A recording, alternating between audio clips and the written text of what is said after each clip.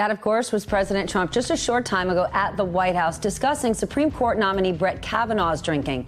It is a topic wrapped up in the FBI's background check, probing allegations of sexual misconduct in both high school and college. At a hearing last Thursday, Kavanaugh was asked about a calendar entry from July 1st, 1982, when he apparently went to classmate Tim Gaudette's house for beers, along with Mark Judge, Tom Kean, Patrick P.J. Smith, Bernie McCarthy, and Chris Squee Garrett. On Kavanaugh's yearbook page, he lists Keg City Club, 100 kegs or bust, the Beach Week Ralph Club, a reference to throwing up. And you may notice Devil's Triangle down there. That is because Kavanaugh claimed it was a drinking game, but he was very vague about the rules. And when talking about high school drinking, he said, quote, the drinking age was 18, so seniors were legal. Here's the thing. Kavanaugh turned 18 in the final months of his senior year, February 1983. And in the state of Maryland, the only location where Kavanaugh talks about drinking in high school, well, they raised their drinking age to 21 in July of 1982. Meaning, when he went to Timmy's for some skis, the boys were drinking underage. And even when he was a senior, he couldn't legally drink alcohol. In fact, no one in his senior class could legally drink in Maryland. His admitted drinking freshman year at Yale would also have been underage. Connecticut raised its drinking age to 20 by his freshman year. Kavanaugh's freshman year roommate released a statement saying, quote, he was a notably heavy drinker, even by the standards of the time, and that he became aggressive and belligerent when he was drunk. And another student who says he drank often with Kavanaugh told the New York Times, quote, on many occasions, I heard Brett slur his words and saw him staggering from alcohol consumption. When Brett got drunk, he was often belligerent and aggressive. He added, quote, I witnessed him respond to a semi-hostile remark by throwing his beer in the man's face and starting a fight that ended with one of our mutual friends in jail. Kavanaugh talked about his drinking in a speech to Yale Law School's Federalist Society, recounting he attended a Red Sox game and, quote, a night of Boston bar hopping, only for us to return, falling out of the bus onto the front steps of Yale Law School at about 4:45 a.m. He continued, quote, fortunately for us, we had a motto. What happens on the bus stays on the bus. The topic of high school drinking behavior and drinking in general came up during his confirmation. Did you ever get in trouble? Were you more of a John Boy Walton type or a Ferris Bueller type?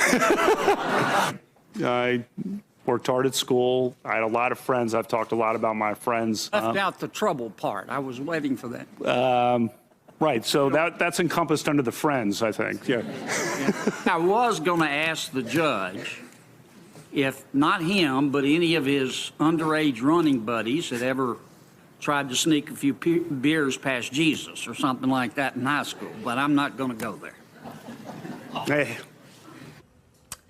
Joining me now, former federal prosecutor Cynthia Oxney and NBC News legal analyst Danny Savalas. Danny, I'm going to go to you first and qualify it with, I have had alcohol before I was 21, before I was even 18.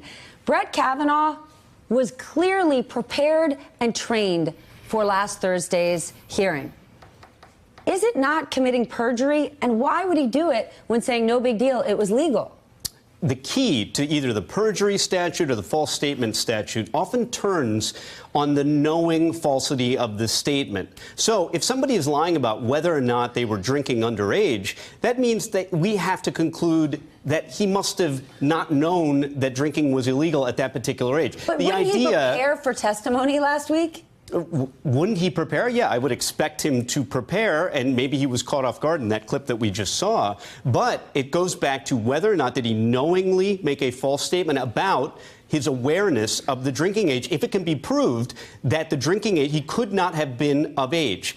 And it's probably not realistic, whether you drink or you don't drink, like President Trump, we at least are generally aware whether we're allowed to or not. Otherwise, the notion of a 22-year-old in the forest believing he's illegally drinking when the drinking age is 21, it makes no sense. Those are the little kinds of lies that then satisfy the next element of materiality. In other words, was the statement made to mislead the senator asking the question? Yes, high school drinking might be inconsequential if I'm asking about selling arms to Iran or something else like that. But If the question is about what was your drinking like in high school and you mislead a senator, now we're getting into perjury and false statements, possibly. But it's also the kind of thing, Cynthia, especially things on his yearbook page, easily disprovable, but also forgivable for a lot of people, maybe not Democrats, but there's a lot of people across the country who might say lots of kids have drank, and I'm putting sexual assault aside for a moment. Right. There's a lot of people who would say lots of kids would drink and party in high school. Lots of kids might look back on things and wish they wrote more responsible or mature things on their yearbook page. And the president goes on in those remarks to basically say, look at his adult life. If kids drink in high school, so what? No big deal. It's not about, is drinking a big deal? Why would Brett Kavanaugh lie on that massive public stage where he had clearly spent hours upon hours preparing for those remarks? You know, that's hard to understand, because count me in as somebody who doesn't care that he drank in high school, taking away the sexual assault, which I obviously do care about. But I think part of it is an arrogance that we don't, that we're also stupid, that when anybody as brilliant as Brett Kavanaugh tells us something, that we'll just take it. I mean, it's insulting, and he has gotten away with it for a very long time, and he thinks that he will get away with it again. And if the FBI investigation continues to be limited in the manner in which it is, he is going to get away with it. Then did he make things worse for himself on Thursday when he gave his opening remarks and he spoke passionately, defending himself, saying he had never done this?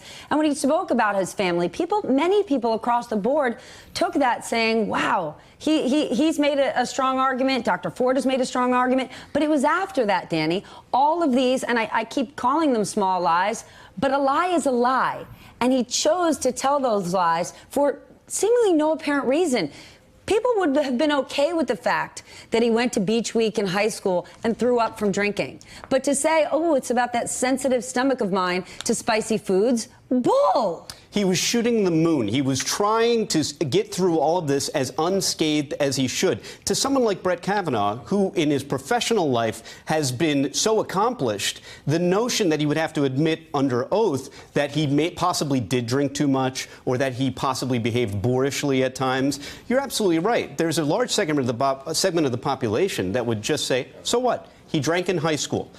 It's not that uncommon. Some people do, some people do not. But if he was fibbing, it was so he could shoot the moon and try and avoid any further tarnishment of what he believed to be his integrity. So that's why people try to do that. And a lot of times witnesses have just too much confidence in what is provable and what is not provable. And I think Brett Kavanaugh is learning that now. It's something that he should have learned during his time as a judge and as a I just wonder, all those hours he spent preparing with Don McGahn. Cynthia, last word to you on this.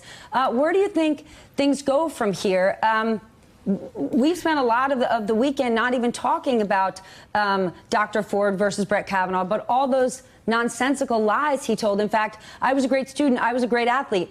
Being a great student athlete doesn't mean you can't get hate wasted. We have loads of examples of those who have. Right. Well, if we had a real FBI investigation as opposed to a sham FBI investigation, the FBI would be interviewing some of these Yale classmates. For example, this one Ludington guy said after a big drinking bout, he started an argument and somebody went to jail. Okay, well, we keep records of that. We know if somebody went to jail. And if you had a real FBI investigation, we would find that out. But we don't really have one. And it looks like, unless that nice little lady who yelled at Jeff Flake calls him again and pressures him to open up an FBI investigation, we're really not going to have one. Nice little lady, very strong woman. Hey, MSNBC fans, thanks for checking out our YouTube channel. Subscribe by clicking on that button down there and click on any of the videos here to watch the latest interviews and highlights. You can get more MSNBC for free every day with our newsletters. Just visit msnbc.com/newsletters to sign up now.